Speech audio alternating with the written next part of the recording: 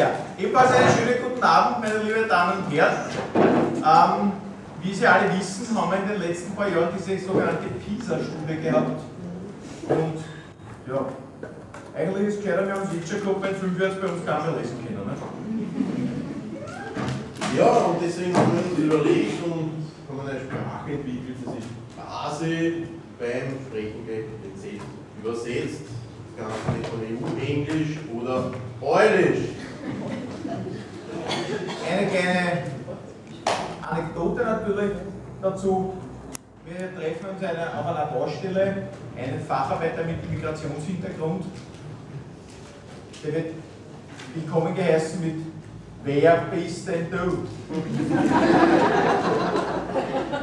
Ja, natürlich stellt sich diese Fachkraft gleich vor. Ich bin der Dimitri. Und du aus Tschernobyl.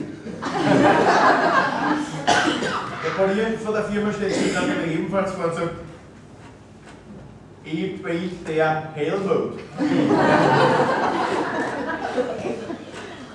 Dein Chef. Natürlich kommt am ersten Tag natürlich gleich die erste Arbeitsanweisung, das machen wir vielleicht einmal alle gemeinsam. Jetzt geh schon her, es wird viel Arbeit.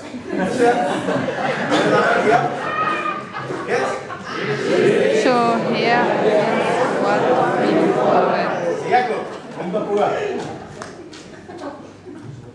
Ja. Über was reden die Deutschen und die Österreicher natürlich am liebsten? Über Fußball, oder? Ein bekannter Fußballspieler, das machen wir jetzt gemeinsam. Dominik? Franz Beckenbauer. Genau, Franz Beckenbauer. Oder natürlich über Musik, ein berühmter Musiker, der Mozart.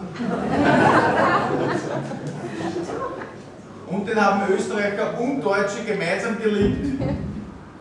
Den Peter Alexander. Ja, Deutsch ist aber auch in einem üblichen Gebrauch natürlich verwendbar, so Smalltalk, was denkt man über das Wetter, wo es heute war. Es donnert! Ja, was sie vielleicht ein paar Leute auch gedacht haben, das ist ein scheiß Wetter.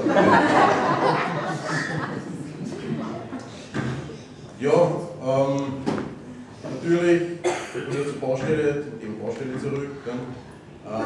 Der russische Facharbeiter fragt seinen tschechischen Kollegen dann natürlich am ersten Tag, weil kann nicht alles wissen: Kennst du dich aus, du? Der tschechische Kollege antwortet natürlich: Frag mich nicht. Wie heißt ein intelligenter Toilettenputzer? Natürlich Klugscheißer. Okay.